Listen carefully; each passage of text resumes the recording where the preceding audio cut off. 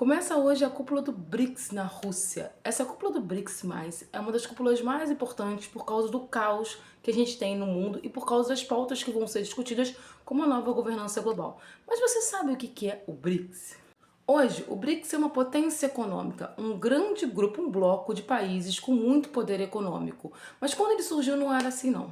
O BRICS surgiu ali em 2008, 2009, juntando uma série de países que eram considerados países periféricos e a Rússia, que tinha sido convidada a se retirar do G7, porque na época era G8. Quando o BRICS surgiu, a China não era essa grande potência, ela estava caminhando para ser a grande potência, mas ainda não era. Você tinha China, Índia, Brasil e Rússia. Em 2011 entra a África do Sul. Só que nos últimos 10 anos, os países que pertencem ao BRICS começaram a crescer muito, tanto economicamente como politicamente, com poder de intervenção. E o que era um bloco que era visto até então pelo Ocidente como o bloco dos rejeitados, porque sim, eles viam o BRICS como uma aberração, se transformou no bloco econômico que carrega as maiores economias do mundo do sul global.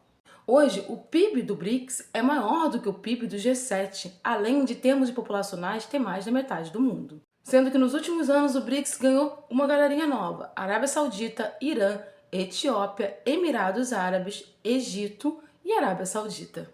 Todos os países são lideranças regionais que estão em processo de ascensão. E por que todo mundo fala tanto que o BRICS seria o representante do sul global? Primeiro, sul global não é um termo geográfico, sul global é um termo político que vai surgir lá para a década de 50, quando um grupo de países periféricos com o antigo terceiro mundo, a gente não chama mais de terceiro mundo, tá? Se reuniram para discutir qual seria o papel desses países nesse mundo depois de um processo de descolonização. Eu tô falando de 1955.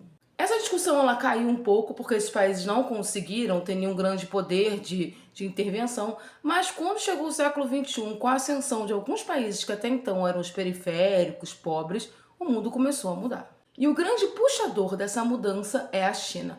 A China, desde a década de 70, fez grandes reformas internas que mudam completamente a sua estrutura econômica. Ela sai de um PIB extremamente baixo na década de 70 para se transformar na segunda maior economia do mundo em 2024. E está caminhando para ser a maior economia do mundo, tá?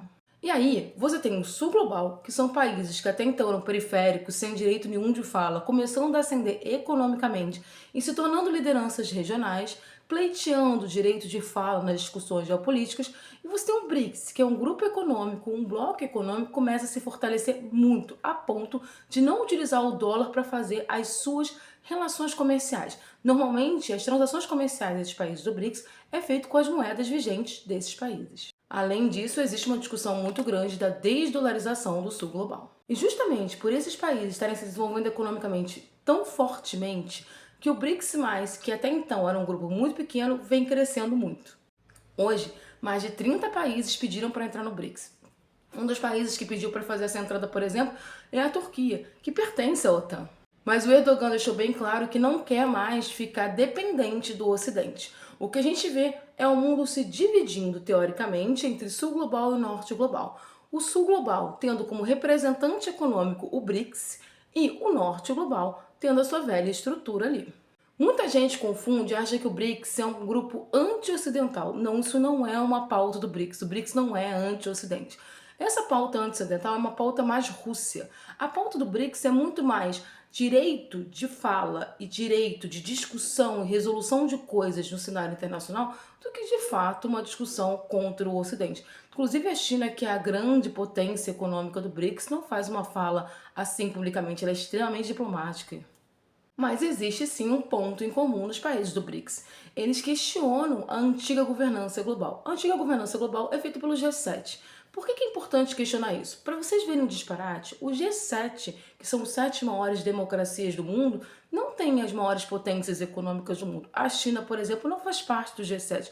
Então como é que você vai definir os caminhos do mundo sem a segunda maior potência do mundo?